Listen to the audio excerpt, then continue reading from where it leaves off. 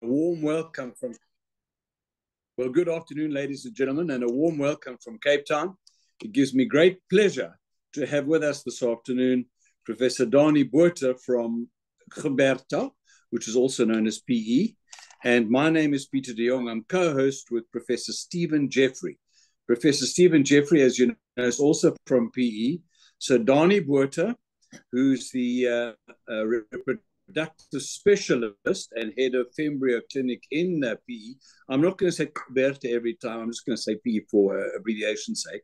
So Professor Stephen Jeffrey is also from Gqeberta, and he has family there. So Danie Botha and Steve are well acquainted. And our topic this afternoon is presented and sponsored by Bayer. The topic is the modern pill beyond birth control. In other words, the non-contraceptive benefits of the pill. Next week, we have Malika van der Schyff, and she is, as you know, chairperson of the Menopause Society, and she's speaking about testosterone, and that's going to be a clinical presentation again next week. So, Steve, it's great to have you over here, and it gives me great pleasure then to introduce the Bayer video. We're going to start with a video from Bayer. It's just a 1-minute video. And then we're going to bang on with Danie Botha, the modern pill beyond birth control. So thank you very much, Chris.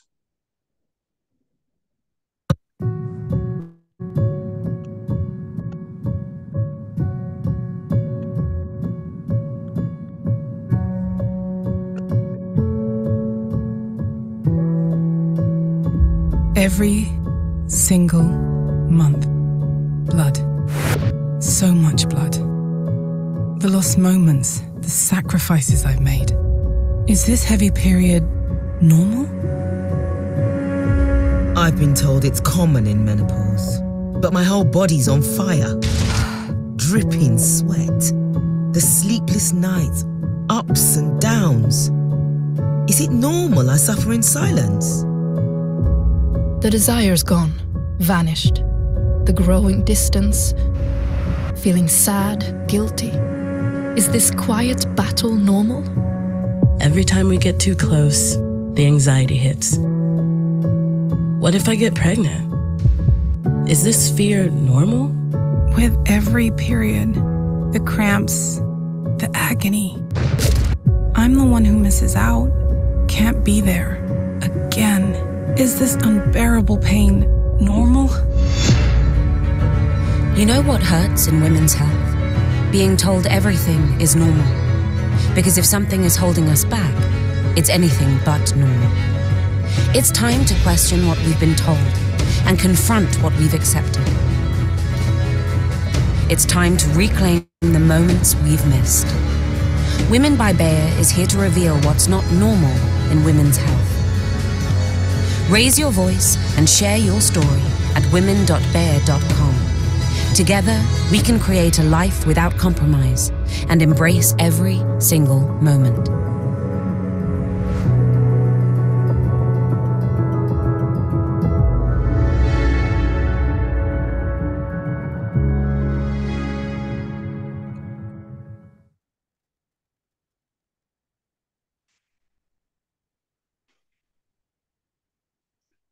Well, thank you very much indeed, Chris. And a special thank you then to Bayer for sponsoring this particular presentation by Professor Danie Botha. And he's the reproductive specialist and head of Fembryo Clinic in Gqeberta. So the modern pill beyond birth control. Danie, it's wonderful to have you over here.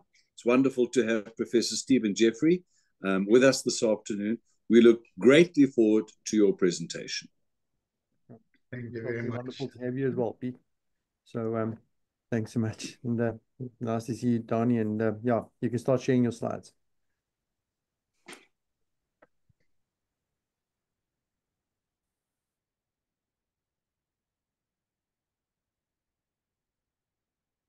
In Cape Town, in October, I've promised not to speak about FIGO, so we won't speak about FIGO. So, Danie, I hope to see you at FIGO it's been wonderful to see you back over here in FIGO in Cape Town in October. Until then, the non-contraceptive benefits of the modern pill beyond birth control. Thank you, Peter, and thank you to Stephen as well for the invitation. And as you've said, Peter, thank you to Bayer for the opportunity to present this very interesting topic. Of course, contraception is so important for women all over the world. And for us as female health practitioners, a thorough knowledge of what it entails and the dangers and the indications. Tonight, we're going to concentrate on the combined oral contraceptive pill and not so much on all contraceptives due to time limit.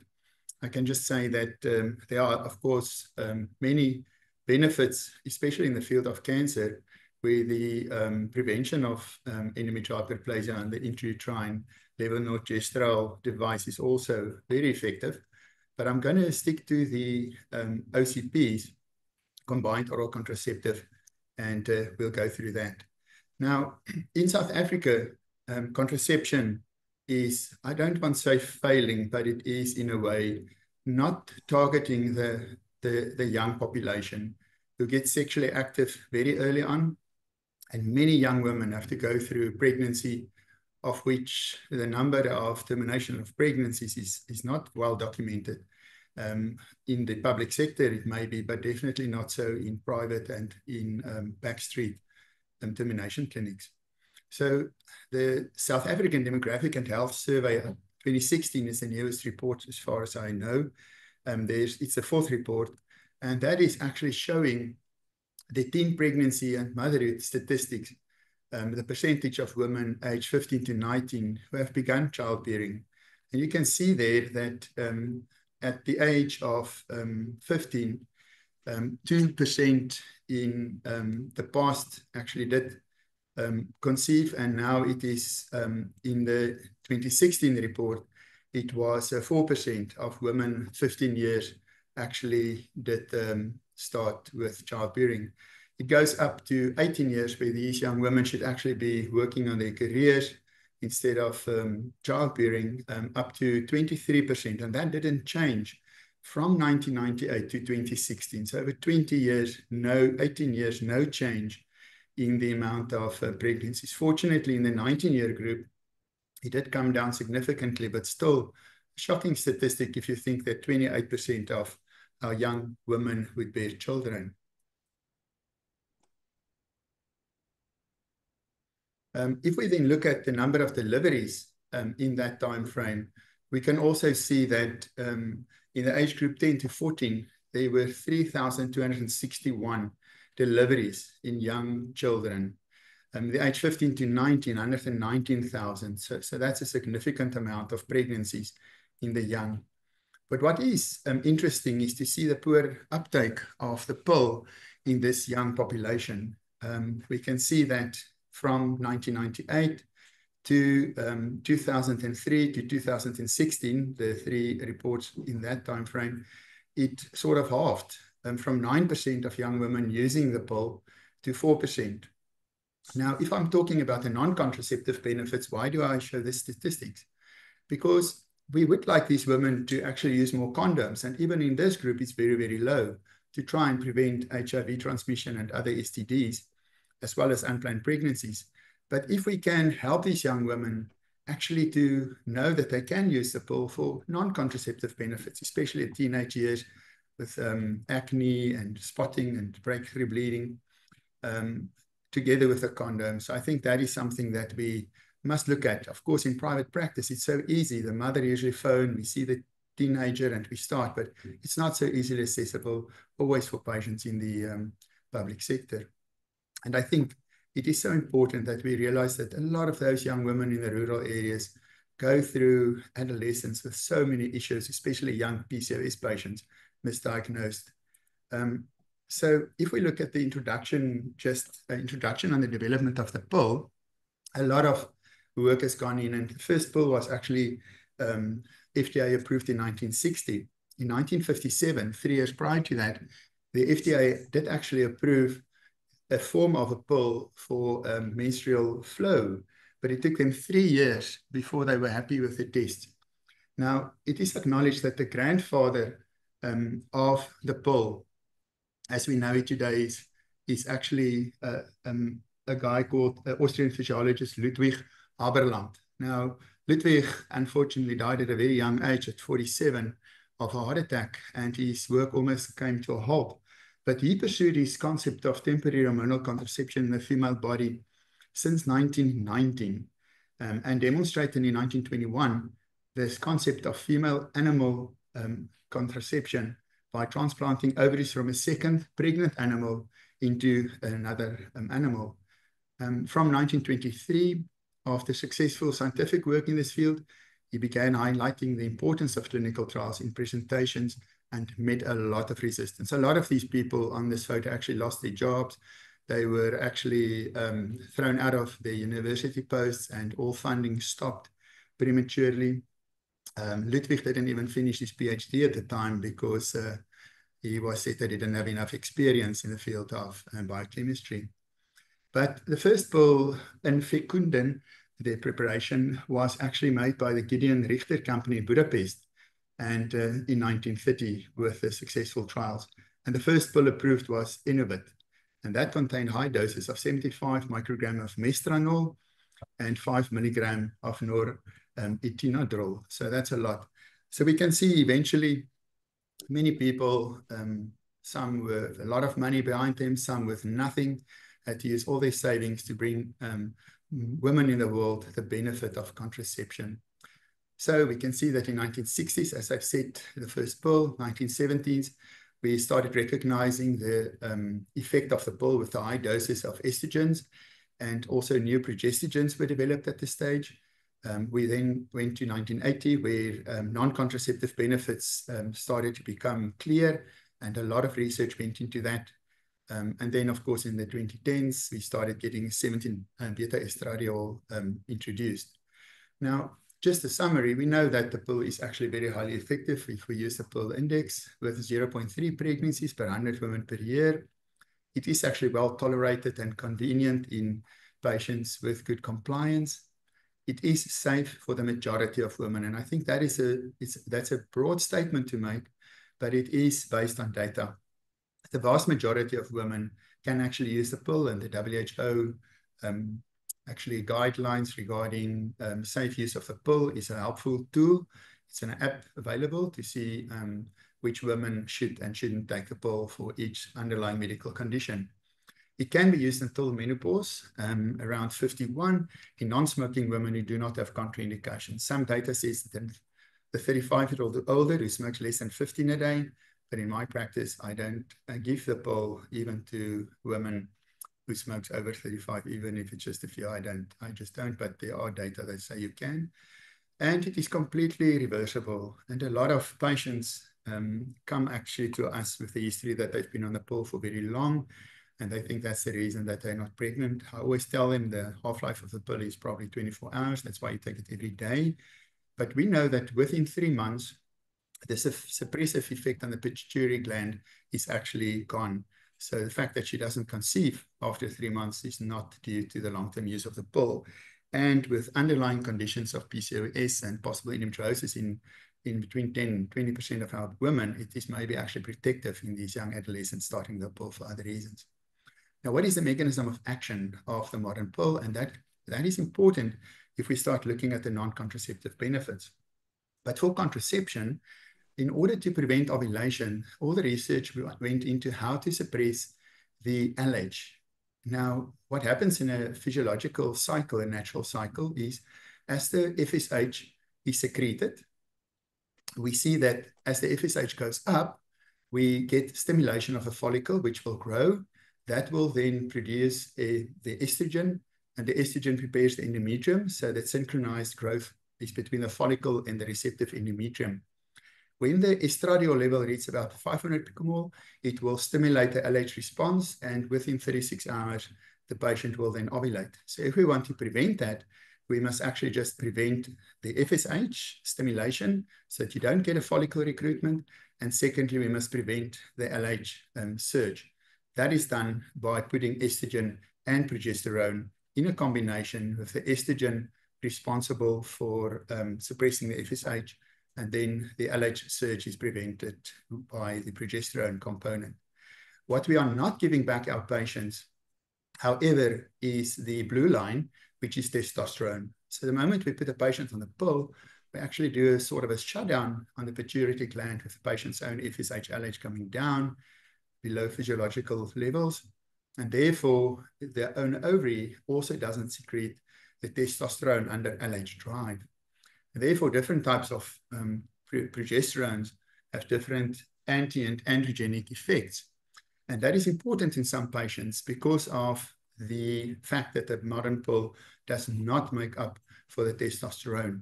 You can see that the LH-driven testosterone level in females are more or less slowly peaking mid-cycle with a definite peak just around and after ovulation, of course, probably leading to a little bit more in the libido.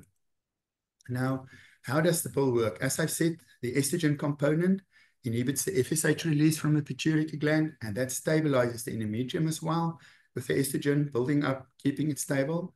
And then the progesterone component prevents an LH surge required for the release of the ovum, and we have what we want, ovulation inhibition. There's different classes of hormonal contraceptives, just as a broad overview. With the combined hormonal contraceptives, we'll always have an estrogen and a progestogen, and then we get, of course, a progesterone onlys. Combined hormonal contraceptives, but not oral, will also include the transdermal patch, which is monophasic, as well as the vaginal ring, which is monophasic. But tonight we will talk about the combined oral pills. The estrogen in the COC is actually very interesting. We know that ethinyl estradiol is the most widely used synthetic estrogen. It's found in most combined oral contraceptives, and the dose usually varies from 30 to 35 micrograms, or from 10 to 35. With us, we have 15 to 35 and higher with the old orals. The estradiol valerate is a natural occurring estrogen that's esterified to improve the oral absorption. That's always been a problem to get the natural estradiol absorbed, but they managed to stabilize it with the esterilization of the molecule, and new formulations like Clear contains that. Then the hemihydrate is exactly the same, just a different formula, but that is used in what we know as Zoli with a different progesterone. Mestranol we don't actually use at the moment. Then the progesterones. When I explain to patients why do we choose a specific pill, it is basically like using antibiotic analog. Like, you will not give the same dose to a child and an adult, and you can't give the same pill to every patient. So you have to look at the estrogen component, whether you're going to go natural or synthetic with the estradiol or 17-beta estradiol, or whether you're going, and what progestogen you will give. Now, we call it fourth generation, the newest ones on the market. So there's basically the natural and synthetic estrogens, and then we have our 4 generations of progestogens. Now, some of the progesterones are derived from 17-hydroxyprogesterone, and some are derived from the 19-nortestosterone derivatives. And we know that the first generation's noritestosterone and the second generation levonorgestrel are giving less blood clots than levonorgestrel, but unfortunately more androgenic effects. Whereas the fourth generation, the drospirenone, has a mineralocortic effect, and the Dynagest, of course, then also anti-androgenic, which is what we know, especially with endometriosis patients, that can be used. This table actually shows us clearly what we want. Natural progesterone has a progestogenic effect, no estrogenic, no glucocorticoid, no androgenic, a little bit of anti-androgenic, mild, and anti-mineralocorticoid effect. Then we go to drospirenone, which is definitely progestogenic, very similar to natural progesterone in its effect. And that is why drospirenone is such a good pill and available in South Africa from Bayer as one of the companies producing that. The levonorgestrel, you can see, is unfortunately more androgenic. And that's also what's in the intrauterine device. In the older type of pills contain the levonorgestrel. And be careful if you give that to a young patient with very sensitive skin to androgens, because acne will actually worsen. And that is where you have to decide on what type of progestogen, what dosage of estradiol or ethinyl estradiol you will give to the patient based on her height, or based on her weight, as well as her age. Gestudine, norgestimate, desogestrel, which we know is available in pills like the Melodine and Femidine group. Also androgenic a little bit, but not anti-androgenic. And then the strongest anti-androgenic pill that we have on the market is, of course, cyperthrone acetate, with Dynagest close to cyperthrone acetate. And at the beginning, when Dynagest came on the market, I wasn't really convinced it will have the same effect, but now with using it for so long, we do see that a lot of patients will say that their skins actually have improved. Now, with all products, if it doesn't have a side effect, it will most likely have no effect either. And if it has an effect, it will probably have a side effect. And I think that is so important in medicine, to decide anything you give may be associated with side effects, as long as the risk is less than the benefit, and as long as the advantages outweighs the disadvantages by far, we will say that is a good product for a specific patient. Common misconceptions of the pill, of course, is the weight gain beliefs, and I'll say a little bit about that. Fertility concerns, we said that it may actually be protective. It is not solely used as a birth control pill, and that is why in the more conservative families, it's often difficult to get the parents to understand, not that the child over 12 needs to get consent, but often the situation is that the mother will bring a daughter with the acne, and it's difficult to always explain to them that it doesn't lead to sexual activity more than just anything else would. Then that it will give you cancer, and I think after today we will see that it does exactly the opposite. But the venous thromboembolism is a real risk, and in the beginning, when the drospirenone pills came on the market, there was a lot of prescriber bias, and women who should never have had it got this, and we got more blood clots. It is probably in risk patients safer to move away from that group, but that is definitely a low risk, and usually more in patients with the underlying thrombophilia, which you have to make sure you have a good family history, personal history, and any other risk factors before you prescribe the pill. Now, what about weight gain on the combined pill? Is it real? This Human Reproduction Update in 2000 looked at that, and they said that we carried out a comprehensive literature search and did not find evidence for the purported weight gain with use of low-dose COCs. Adolescents need reassurance by gynecologists, general practitioners, family planning doctors, and mass media, that's the problem, to remove such misperceptions. So young women go through adolescence, and weight gain is part of hormonal changes. And some studies have found that the type of food that patients will take under the pill changes from carbohydrates to more fatty diets, and that may be something to do with bile production. But in general, it has not been confirmed that weight gain is a real problem with the pill. Now, a lot of what we're going to do tonight is going to come from this article. So this article you can maybe just go and look at. It is a very good article. It's very recent, 2024, the European Journal of Contraception and Reproductive Healthcare. I think it's an excellent overview of what we know about the pill. If we then look at management of gynecological disorders, which I'm not going to discuss tonight, but just mention them, and that is fully discussed in the article as well. The endometriosis we look at, and adenomyosis, but the rest, less symptoms due to uterine fibroids, very poor data, unfortunately, but it does seem to help with the bleeding. It definitely does cause less pelvic inflammatory disease, although cervical erosions may be more with bleeding, but this seems like due to thickening of the cervical mucus, we get less ascending infections. Higher bone mass and less osteoporosis. There's a little bit controversy around that, but it seems like in the more Scandinavian patients with very low BMI, there's been up to a 25% increase in bone mass over the long term in women who start using it early. A potential favorable effect on rheumatoid arthritis, also on multiple sclerosis, also less premenstrual attacks of porphyria. That was a new one for me. And also potentially favorable effect on asthma. Also seems like the estrogen may on itself and the progestogen leads to less prostaglandin secretion, and it changes the muscle in the bronchi of these patients as well. So we're going to look at heavy menstrual bleeding, then at endometriosis, well-described PCOS, skin conditions, benign breast disease, premenstrual dysphoric disorder, and then the cancer groups. Excessive bleeding, of course, is mentioned as 80 mils or more per total menstrual flow. That is less than a fifth of a Coke can. If it's more than that, 340 ml Coke can, then it's excessive. And if you tell that patient, then it will say, okay, they didn't know it was that much, or if it's excessive more than 8 days. And we can see that tranexamic acid and other antifibrinolytics is very effective, 34 to 56%. We should always be careful not to prescribe them in combination with the pill, and the real absolute risk of a blood clot on the tranexamic acid is actually very low. Once again, if the patient has had other reasons for blood clots, of course, that's also a no-go, but it can be used together with a pill.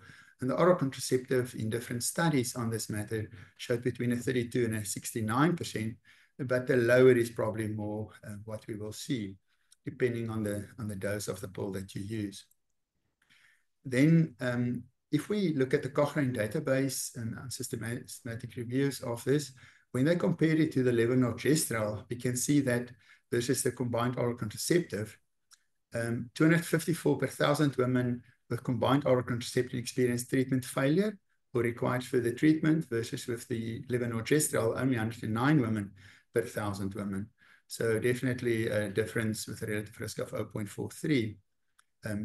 Which is important. So yes, in patients who's probably completed their family and need long-term menstrual flow control, it's an excellent option. But the pill also, as we will see in the next slide, with quality of life. In 1,000 women, 235 per 1,000 women reported good or excellent quality of life. Almost the same amount that said it didn't work, the same amount would say it was excellent. And the same is with the intrauterine device. Also, the same number, 282 per 1,000 women said that they were very happy with the outcome. So definitely for control of menstruation, it is. And then it seems like the longer 24-day cycle pills definitely puts the power back into the patient's hands, that they can actually decide, or even do tricycling for our sportswomen, ballerinas, professional women traveling. So it definitely helps to postpone cycles, and it's safe. Yes, so that's definitely an option to try and help improve their quality of life. So in that way, I think the patients are experiencing much improvement in their quality of life, because they can now regulate their cycle safely without fear of breakthrough bleeding if you choose the right product. And it usually takes about two, three months to settle. And I always explain to them, please, we're running out of all the drugs if we're just going to chop and change every week. And another statement I think which is important, reassure the patient that you're always going to choose the best product first. Any product that you're going to give over the telephone, there's a new script for you, it's going to be your second best choice for her. So persist, make sure you choose the right one first. Try it out for 2 or 3 months and listen to your patient. If she's not happy, then to change back. Now, with endometriosis, we've got much better data, but even in this field of much studied data, there's not always in all answers are not there for us, but we know that we need to get a progestogen dominant hormonal environment. And if we can block the endogenous ovarian estradiol production and ovulation, then we will actually try and suppress the endometriosis. Instead of having a follicular and luteal phase progesterone, we now have a constant daily progesterone. So as estrogen tries and build up the endometrium, you just suppress the endometrium, and that is then definitely helping. So I think it is important to know that with the newest guidelines, and we're going to go through them a little bit now, we can actually see that, yeah, there's a lot of benefit for us to gain from using the pill. So looking then at some very important articles that was published in 2018, 2015, 2016, 2018, there's the very good systematic review. The statement was that the mainstay of long-term therapy for women with endometriosis and pelvic pain is to use the pill to ease the effects of the prostaglandin secretion in these patients. But it is low quality evidence that in endometriosis patients it will have exactly the same. Still, the newest guidelines do state that it does help. And you can see in this article the use of combined hormonal contraceptives for treatment of endometriosis it is effective for relieving endometriosis-related dysmenorrhea, pelvic pain, and dyspareunia. But once again, low quality data. And although we all use it, the data on recurrence is actually not very supportive. Then came the 2022 updated ESHRE guidelines on endometriosis. Very good summary, and a lot of work went into this, updating the previous guidelines and helping us to help our patients. So I'm just quickly going to go through this. The question asked is, are hormone therapies effective for painful symptoms associated with endometriosis? And it's recommended to offer women hormone treatment, and you can use many of them, but there you can see that the pill is one of them, combined hormonal contraceptives as one of the options to reduce endometriosis-associated pain, with a strong recommendation. It is recommended to prescribe women a combined hormonal contraceptive to reduce endometriosis-associated dyspareunia, dysmenorrhea, and non-menstrual pain, also strong. Weak is that women suffering from endometriosis-associated dysmenorrhea can be often offered the continuous use of a combined oral contraceptive, which is almost like not supporting that, but it doesn't contradict, it's just that we've got weak data. And Donnie, yeah. Donnie, can I just ask a question? Someone's asked over here, they heard Turby de Villiers say a few months ago that he's not sure about the combined pill in endometriosis. Would you allow the woman to menstruate in this case, or would you knock out the placebos and just give continuous combined to prevent endometriosis flare-ups during menstruation, because menstruation is an inflammatory condition? Absolutely, that's right. So we do the tricyclics in our endometriosis patients. Unfortunately, Dynagest alone, especially in your thin patient who's got no estrogen production from fat tissue conversion, from androgens to estrogen in a fat, those patients you must watch out for emotional changes with depression on clean Dynagest. And when we add the estrogen, there's an article recently published showing that if you want to use this COC for endometriosis-related pain, then probably the use of the newer generation estradiols are better than the previous 17-beta-estetine estradiols. So yes, the newer generation pills, the fourth generation is probably the pills to use, but I use the tricycle regimen then definitely. The problem is not all patients can use Dynagest. It is an excellent, not for everyone. Yeah. So by tricycling, you mean menstruate every third month? Is that what? Absolutely, tricycle, okay. Yeah. So skip, bleed, skip, bleed. Skip, bleed, yeah. Yeah. And what about doing it every fourth month? Does it make any difference? If they go longer than 3 months, then they start spotting. Okay. Yeah, good. And if they, let's say for other patients, let's say they've got a big Ironman or a swim competition, then I will say bleed, skip, bleed, and skip, and so they can play around.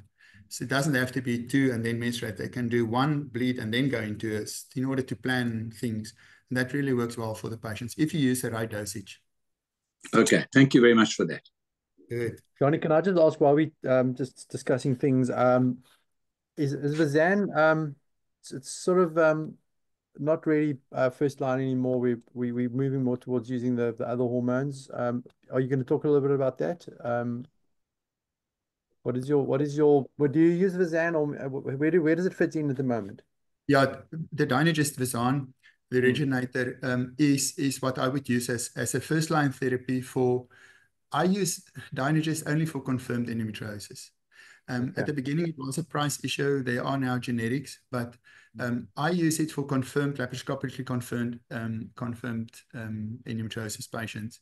Because of the side effect profile and the cost that we had, I would use the combined oral contraceptive as recommended by ESHRE for 3 to 4 months and reassess. If they then don't respond and the quality of life is really bad, then I will, of course, go and confirm endometriosis. I think we may be a little bit aggressive, but usually when patients have seen us, they've been on other treatments, they've seen other doctors. So then I will say, okay, let's just try this. You haven't been on the pill. Let's try the pill for 3 to 4 months. Actually say even to 6 months. But after 3 or 4 months, if the patient is not happy, I will perform a laparoscopy. If she's got endometriosis, especially ovarian endometriomas or deep infiltrating endometriosis, I will not use the pill. I will use Dynagest. Okay. And something like what about, sorry, Steve. So yeah, so Dufaston and just a pure progesterone Does that have any benefit? Because I know Ichno apparently was starting to use that as a first line in some of his patients. Someone told me, I didn't speak to him myself, but you think that the Dynagest is probably a little bit better than that, eh? Well, I do find, and I did discuss it with Ichno when Dufaston came on the market, although we do use it for our patients with insemination cycles and home plans, as we call it, for luteal phase support. I do not use it for my endometriosis patients anymore. The benefit was they could actually conceive on the Dufaston, but breakthrough is more than on Dynagest. That's just a personal opinion. It's not, I didn't check the literature on that. But in our clinic, we definitely saw that there's more breakthrough bleeding on, and you have to use high doses. You go to 10 to, a tablet is 10 milligrams. You sometimes have to give 3 a day, which is very expensive. And then I'll rather Dynagest. Okay, thanks. Thanks, great. Good. So, what about post-operative hormonal treatment? You did your operation, and then the patient has an endometrioma or ovarian chocolate cyst. What should you do? And that is also important. That we know that the guidance on that, on the oral contraceptive, is not as good. It is, they call it strong, but I don't think it's really big numbers that we can say this is, but it has been published that it does help. I prefer to use Dynagest in patients with endometriomas. I also don't use GnRH analogs long, because you have to give estrogen add-back anyway. So, and it is expensive. Medicaid don't pay for it. So I use Dynagest in these patients with endometriomas, not planning to have a pregnancy soon. So according to the ESHRE guidelines, if you have a patient with pain, you basically have different options. And the first option will be, of course, then to first try medical treatment before we just go and operate this patient. But that is where I think the hormone treatment comes in, as I've said, to use for 3 to 6 months and see if there's any improvement. And a lot of these young women, even with endometriosis, although you won't know it, may improve. And then they don't need surgery, because what are you going to do after their surgery? You're just going to put them back on the pill. And that is what I often tell parents, if they accompany the consultation, is that it's worthwhile doing a trial of COCs, because that's probably what she's going to use afterwards if she's got superficial peritoneal endometriosis anyway. And a lot will respond and will then not need to have surgery. And it doesn't seem from the literature that these patients are actually putting their fertility at risk, because the disease is actually well managed in some patients with receptors to the progesterone.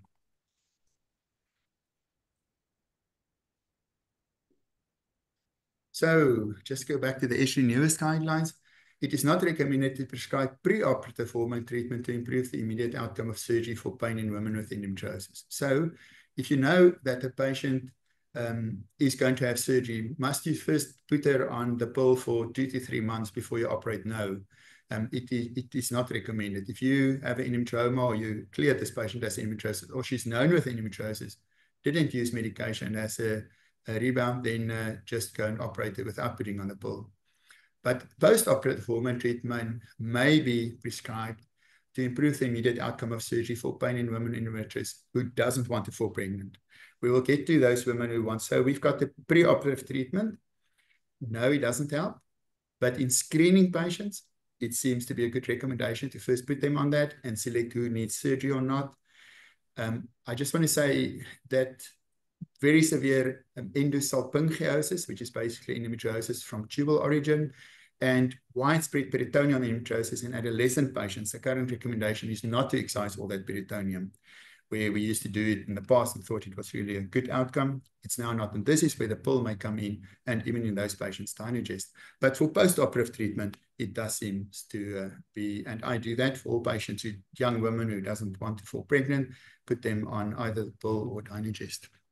So, in infertile women with endometriosis, clinicians should not prescribe ovarian suppression treatment to improve fertility. Unfortunately, we do see patients in all clinics and all practices that has had endometriosis confirmed laparoscopically, operated, and then they will tell that they must first go into the pill for 6 months. There's no logic in that. If a patient wants to fall pregnant, their best chance is within 4 to 6 months post-surgery. If she's not on any treatment, after 9 months, 40% will need surgery again. So a patient, if she's had good surgery, then that patient will not need to have be on the pill. You must immediately decide what you're going to do first. So what we will do usually is if we suspect endometriosis or you see endometriomas or you feel a nodule, we plan the surgery as just a part of the fertility treatment. And I want to make it very clear that endometriosis in a patient wanting a baby is just a part of a fertility treatment. She's not an endometriosis patient with infertility. She's an infertility patient with endometriosis. And it's so important not to see a chocolate endometrioma cyst as the pathology. You must see the patient around the cyst as the victim of that pathology, and you have to treat the victim, not the pathology. Otherwise, we go and remove ovaries, cauterize cysts, do cystectomies on these endometriomas. But that is now beyond our topic. I'm just want to say is when you plan your endometriosis surgery, please do a semen analysis even before the operation, because the male is going to guide you what you must do with the patient afterwards. If the male has severe oats or azoospermia, and you're going to operate your patient, of course, she must be on medicine after that. Her husband is not going to make her pregnant at home. So it's better for her to be on, get a surgery for quality of life, improve her fertility, restore anatomy, and put her on Dynagest or the COC until the husband has been worked up, while you're working up, while you're trying to stimulate spermatogenesis in him. So you decide beforehand whether she's going to use medication or not. But if she's planning a pregnancy, no hormonal treatment. And then those women who cannot attempt or decide not to conceive immediately after surgery may be offered hormone therapy, as it does not negatively impact their fertility in the long run and improves the immediate outcome of surgery for quality of life. Unfortunately, a weak recommendation, despite all the thousands of patients we have. In infertile women with endometriosis, clinicians should not prescribe pentoxiflin or other anti-inflammatory drugs or letrozole outside ovulation induction to improve natural pregnancy rates. So there were articles published, but that's more in IVF patients, where letrozole seems to improve quality of life and suppress inflammation, but that is only in treatment or in clinical trials. It shouldn't be used in practice off-label to put these patients on letrozole. Donnie? Yes. If you could just go back, what's that word you, pentoxiflin? What's that? We use pentoxiflin also in patients with very bad endometriums to try and build up the endometrium. It improves the blood flow to that area, but we don't use it in endometriosis patients. What group of drugs is pentoxiflin? A vasodilator, maybe? Vasodilator, yes. Is it? Okay. Yeah, we use it together with estrogen if the endometrium is very thin, and vitamin E in high doses, but not to be used in patients with endometriosis. Okay, thank you. So in medical assisted reproduction for endometriosis associated infertility, the extended administration of GnRH agonists prior to ART to try and improve live birth rates is also not recommended. And we often see patients who's been on GnRH analogs like Zoladex for 6 to 8 months to a year, coming to us then because she's had endometriomas. You're just postponing the problem, and she's just getting older. She's just losing her ovarian reserve, so there's no benefit. Now, there's insufficient evidence to recommend prolonged administration of the combined pill as a pre-treatment to ART to increase live birth rates. But that's true for the Dynagest as well. And although you can see it's a very old article, that is still included in the newest update. But I think there wasn't any Dynagest data to Ziegler when she did this study, so it may change. Recurrence of endometriosis, that is, you can see the levonorgestrel pill apparatus comes in, as well as a contraceptive pill for the secondary prevention of endometriosis-associated dysmenorrhea, and that recommendation is strong. So yes, give the pill to someone who doesn't want to fall pregnant after surgery. And if they don't want to fall pregnant, this is basically a summary of what I just said, but then you can definitely do that. Not a lot of studies, but a strong recommendation based on that study. I don't know if there's any more questions about endometriosis, Peter. Yeah, Donnie, there's another one over here.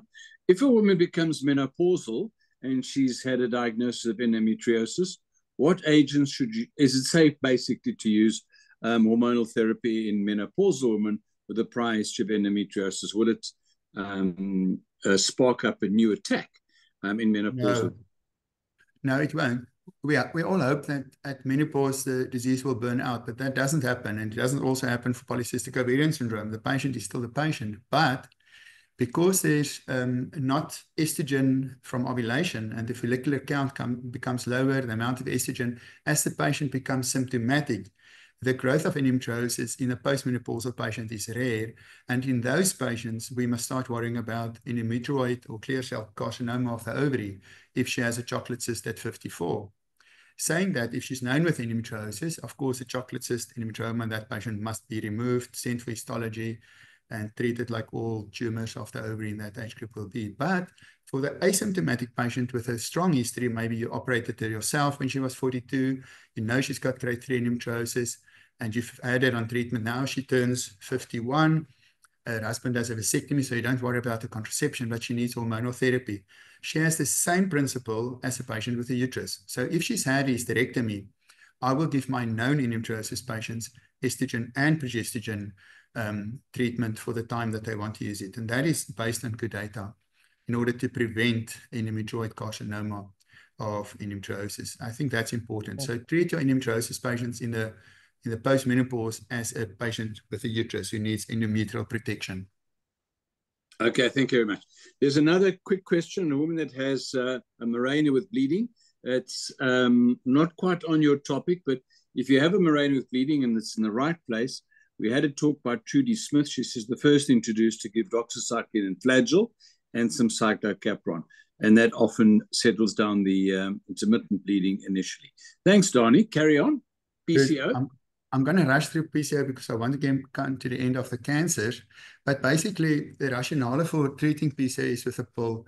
The patient's acne, obesity, hirsutism usually starts as soon as she reaches puberty. So if we can just make her the nice 9-year-old girl again without all these adult life problems, we can actually help her. And by diagnosing PCOS early, just after puberty, you will save this patient a lot of problems. First of all, shut down the ovary as soon as you make the diagnosis.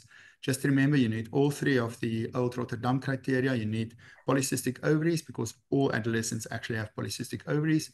You need, very important in them is hyperandrogenism, and irregular periods is very common in young patients. So you have to have all 3 together before you can, but make that diagnosis early, put them on the pill so that you can shut down the uncontrolled FSH-LH with LH dominance. So the estrogen component of the pill will increase the sex hormone binding globulin through the liver. That's what estrogen does. Testosterone suppresses it. So in the free androgens from a PCOS patient, her sex hormone binding globulin is low, meaning testosterone or sex hormone is free and causing havoc in the skin, insulin resistance. It binds the circulating androgens and leads to less bioavailable androgens. That's why you need to get estrogen on board in this young woman. The progestogen suppresses the LH, which is responsible for ovarian androgen production. That's very important. So that's why we want them on the pill as soon as possible. And then the antagonistic, it's also antagonistic on androgen receptors itself, and it inhibits the 5-alpha reductase, which activates it from testosterone to the active metabolite dehydrotestosterone in the skin. So by putting the patient on the pill, and in the past, we all know Diane, it was at 35, so you give a high dose, so it increases the sex hormone binding globulin, and then cyproterone acetate, Diane, and that's why it was at 35, Diane 35, but then the cyproterone acetate is the strongest inhibitor of 5-alpha reductases, so you didn't get conversion. So you can never bind all the testosterone, but by increasing the sex hormone binding globulin, you can bind a lot, and the little bit that's free, you inhibit in the skin, that it does not cause havoc. So which pill would you still use nowadays? Still Diane? No, you will see in the guidelines, they say we should move away from it due to the high estradiol that we will cause blood clots. So you can start off with that, but you mustn't keep the patients on them. I will go lower. And depending on the age and the BMI of the patient, I will play around between the 20s and the 30s. So the combined oral contraceptive pill could be recommended in reproductive age adults with PCOS for management of hirsutism and or irregular menstrual cycles. Weak evidence. The COP could be considered in adolescents at risk with a clear diagnosis of PCOS, management of hirsutism and or irregular cycles. You can see the data, it's not that strong. Healthcare professionals could consider there is no clinical advantage of using high dose ethinyl estradiol, that's the DIANs 35, versus low dose, less than 30, when treating hirsutism in adults with PCOS. So I think that is important. So look at the weight of your patient. If your patient is 110 kilograms, don't give her a 20. It's not going to work. She's going to spot. So I'm going to... So which one would you use then? Give us... I will use 20 or 30, and I will go for the drospirenone group as a start off. Okay. And then later, I will consider things like the Dynagest group with natural estradiol. There's two products. Now, just a little bit about metformin. I'm putting it in here because it's not the topic, but we often get the question from the general practitioners, what should they use, the pill or metformin? You can use both. It depends on what you want. If you want to use cycle control, she's got amenorrhea and then spotting, she must menstruate every 6 months or just have a withdrawal bleed, or she must be opposed with progestogen to prevent endometrial hyperplasia, even in young women. So I will use a pill, and metformin may be used in the patients with high metabolic risk, with high BMI, diabetes risk factors, or impaired glucose tolerance. So if you have a patient where the COP is contraindicated, then it's better to use metformin because it will also help in some patients with irregular periods. And I think that is important. But for hirsutism, the spironolactone is probably a better drug in these patients than in combination with metformin. Now, on your question about that, Peter, various COP preparations have similar efficacy in treating hirsutism. I think that is important. You want to bind, you want to increase sex hormone binding globulin, you want to oppose 5-alpha reductase, and you don't need massive doses, but you have to look at the body weight of your patient.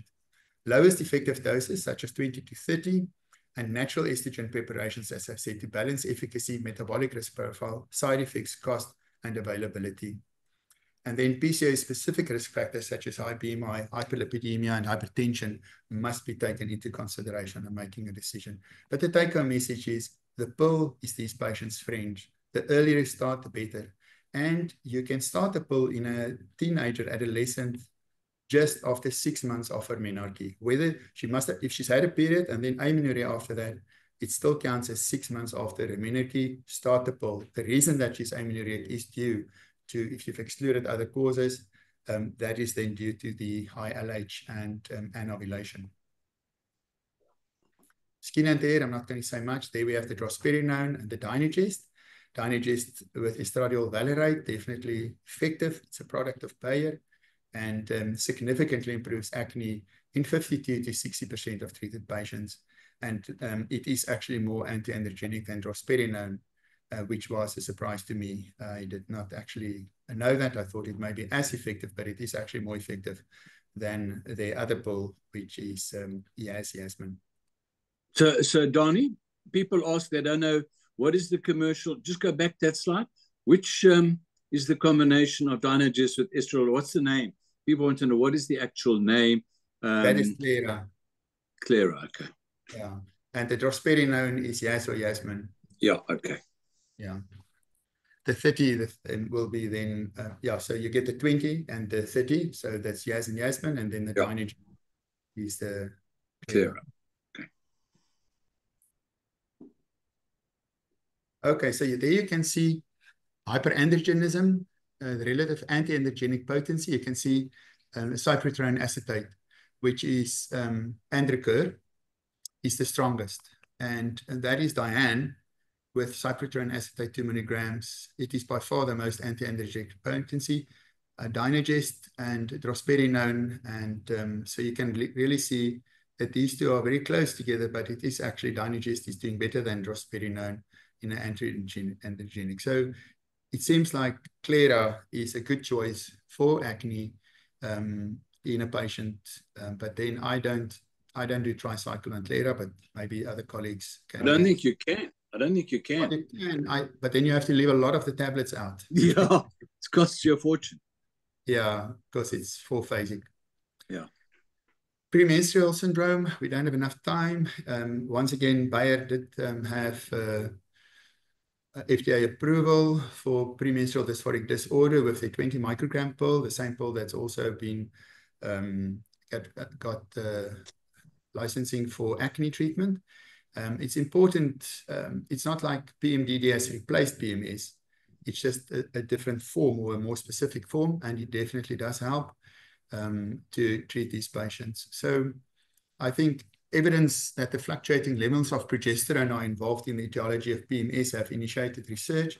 We see the low over here that to investigate the use of this COC for the management of PMDD.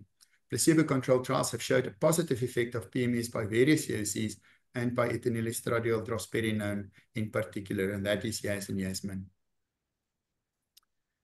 So 3 to 8% of women have these symptoms enough to call it PMDD, and there you can see the Yas is approved for COC for PMDD.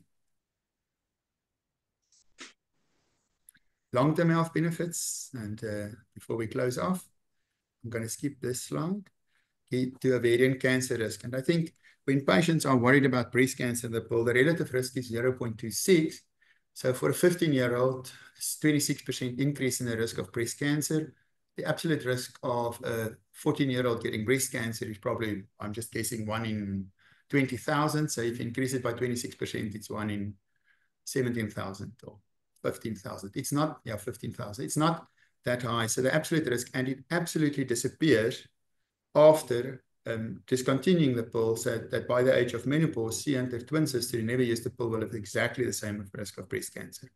But the added effect of protection against cancer of the ovary compared to her identical twin sister who doesn't use it is one of the benefits of the POC. So we think it's due to ovulation inhibition, reduced damage to the surface epithelium, and constant low levels of FSH and LH. It is seen as early as 3 months, but an 80% risk reduction is only achieved after intake for more than 10 years. After 5 years, that risk is between 30 and 50% reduction, and that effect will last for at least 20 years, even if you use the pill for 5 years. This is massive. Because we don't have good screening for ovarian cancer, we don't have a tool yet today that's effective. It is not cost effective to scan all women even annually for an ultrasound, and the next day she starts epithelial cancer and you're going to miss it. But maybe for early detection in private, we do the annual ultrasounds, but that's not to prevent it. It is actually to pick it up. Hope you don't find anything. But you can reduce the risk significantly by using the pill. And this should actually be very important for patients. This sentence is important. The risk in 4 main histological types of epithelial ovarian cancer are similarly reduced, but not in germ cell ovarian malignancy. So just remember, it's not all cancer, it's more the epithelial cell, but those are the ones we worry about. Now, a collaborative reanalysis on the pill and ovarian cancer involving 45 epidemiological studies with about 23,000 ovarian cancer cases and 87,000 controls has demonstrated that ever use of a pill decreases the risk of ovarian cancer by 27%. That is excellent. The longer the duration, the greater risk reduction, with 20% for every 5 years that you use it. So if you use it for 5, it's 20, for 10, it's go up and up and up. The risk reduction persisted more than 30 years after combined oral contraceptives in this study. Now, endometrial carcinoma, it's the hyperestrogenic state, increase the risk of endometrial cancer as a known risk factor in our PCOS patients. That's why I say every 6 months they should have a withdrawal. Women who have ever used the COC have a lower risk of endometrial cancer than non-users of at least 30%, with a greater risk reduction the longer the pill is used. The protective effect persists for many years, also for 20 to 30 years after stopping the pill. And in the Nurses Health ongoing study, observational trial, the pill is associated with a lower endometrial cancer risk independent of time since last use. So whether she used it between the ages of 15 and 20, whether she used it from 25 to 30 or from 45 to 50, it seemed to independently risk. It also does help against a benign breast disease. If your dose is too high, it will do the opposite. She will complain of pain in the upper outer quadrant and around the nipple, but it does significantly reduce fibrocystic disease up to 30% and fibroadenomas by 60% in the Oxford Family Planning Association study. So definitely there is a benefit. As I've said, it can prevent PID by 50 to 60%. and it seems to be the possible thickening of the cervical mucus. But important, if I go back to the teenagers, South African data, we would like them to use additional barriers for STD prevention. Then colon cancer is an interesting one. We also know from the WHI trial that in postmenopausal women, average age 62, 70% overweight, that in the estrogen and progestogen group, there was also a reduction in menopausal hormone therapy of colon cancer. Now, that recent studies have shown that a 20% reduced risk of colorectal cancer versus women who never used a pill. But it doesn't seem to get more than that. So it's about 1 in 5 reduction, which I think for the number 3 cancer in women and in men, it is significant if you can reduce the risk by 20%. Remember, we will never prescribe it solely for the purpose of reducing colon cancer, not. But you can guide our patients that by using this, the risk of ovarian, colon, and uterine cancer significantly decreases based on good data. And the mechanism of this is interesting. It seems that it may be due to reduced production of bile acids, and by altering the colon microbiome, you have a direct estrogenic effect on the colonic mucosa, or by having a tumor suppressive effect. So a lot of studies are looking at that, but it seems to have a direct effect on the colon epithelial and the microbiome. So to conclude, the use of the pill for contraception may also be associated with non-contraceptive health benefits, and it can reduce heavy menstrual bleeding, menstrual pain, as well as improve acne, especially in teenage patients.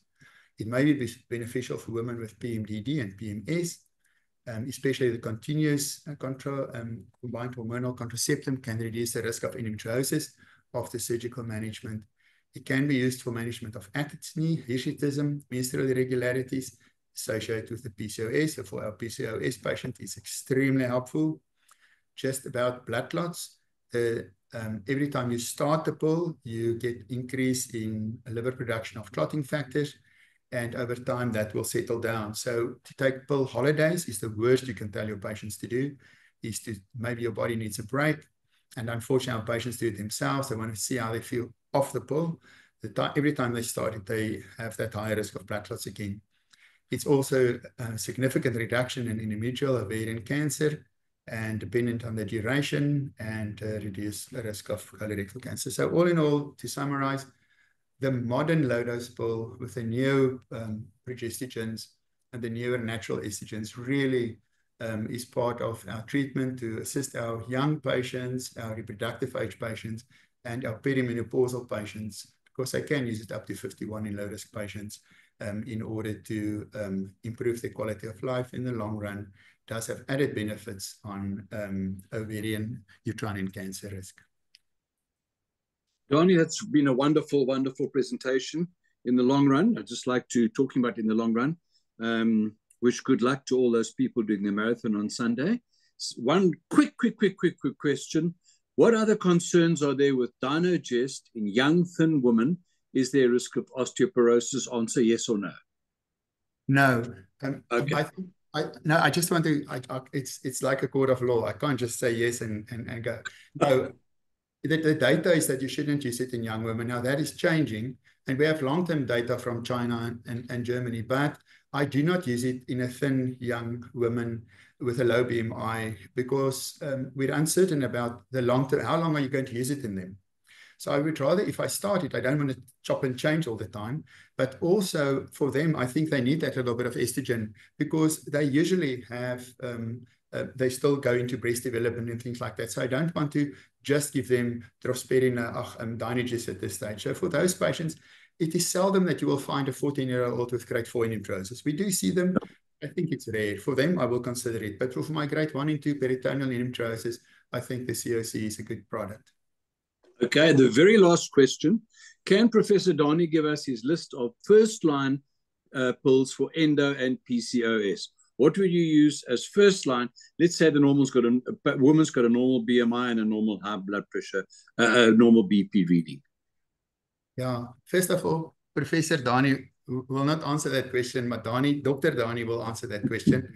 And so Dr. Dani will say, yeah, in my PCOS patients, of course, we see a lot of patients who want to fall pregnant, but we also see the younger patients. So depending on the age group, I will usually start them on a drospirenone and estradiol, ethinyl estradiol combination for the sole purpose of trying to help them to get the periods for 2 or 3 months and then put them over through a tricyclic pattern. So that's yes. No, I won't use Clara, if I may use that word, then for all my PCOS patients from the beginning. For the older patients, yes, but not my teenagers. So for my young teenagers, 20 to 30 microgram ethinyl estradiol and drospirenone is my #1 pill. And give us a name. Some people don't know those things. Yasmin. Yasmin, okay. Donnie, now that's been wonderful. Donnie, I'm going to ask Steve to thank. Steve, can you thank Donnie, please? Yeah, thanks, Donnie. I mean, it's been a wonderful perspective on the pill. I mean, just to put it all into one talk has been wonderful. Just one quick thing. How do you counsel your patients on Verzan in terms of contraception? I mean, we know it works, but it's not licensed for that. Just a quick one. Yeah, in the original studies on Dynagest, none of the patients actually ovulated, but Bayer didn't ask for FDA approval for contraception. It's a lot of money that will go into that, and because they've got their sister product Clara with exactly the same Dynagest with estradiol, they don't need to have FDA approval for contraception. So those studies weren't done because it's a massive cost. But I have to stick to the fact that these patients cannot legally be told that they've got contraception on board. Yeah. So for them, I would either put in a normal IUCD or I will put in a levonorgestrel IUD, especially if it's endometriosis patients, or I just advise them to use barrier contraception and make a big note in your file. One of these days, we will perhaps get a pregnancy on Dynagest. Maybe she skipped a pill for 7 days or whatever, and you'll have a pregnancy. So I think it's important to stick to the regulation that it's not approved for contraception. I hope, Bayer, that I'm saying the right thing at the moment, but that is as far as I've got it at this stage. Okay, thanks very much. Very safe answer. Thanks, Steve. Right. But of course, but thanks so much, Donnie. I mean, just to have all these benefits, to talk like this in one talk is amazing, and we really appreciate it. Such useful information, and thanks for taking time to do that. And thanks again to Pete for his efforts, as always, with his webinars. Greatly appreciated as well. And again, to Bayer for the sponsorship. Thanks so much. And yes, we look forward to next week. What is happening next week, Pete? Next week is Monica van der Schuyf, testosterone. Yeah. So we're going to have that. We look forward to seeing you all the same time, same place. Steve, would you just sign off, please? Thanks so much. And yeah, thanks to Chris for his efforts as well. And yeah, we'll see you all next week. And thanks so much for your time. And again, enjoy. I think there's a SASOG meeting now as well. So some people will. Yeah, we must finish at 6 because there's a SASOG private meeting. Thanks, Donnie. All the very best to our people. And thank you, Steve. Thank you very much. Good evening. Bye-bye. Safe home.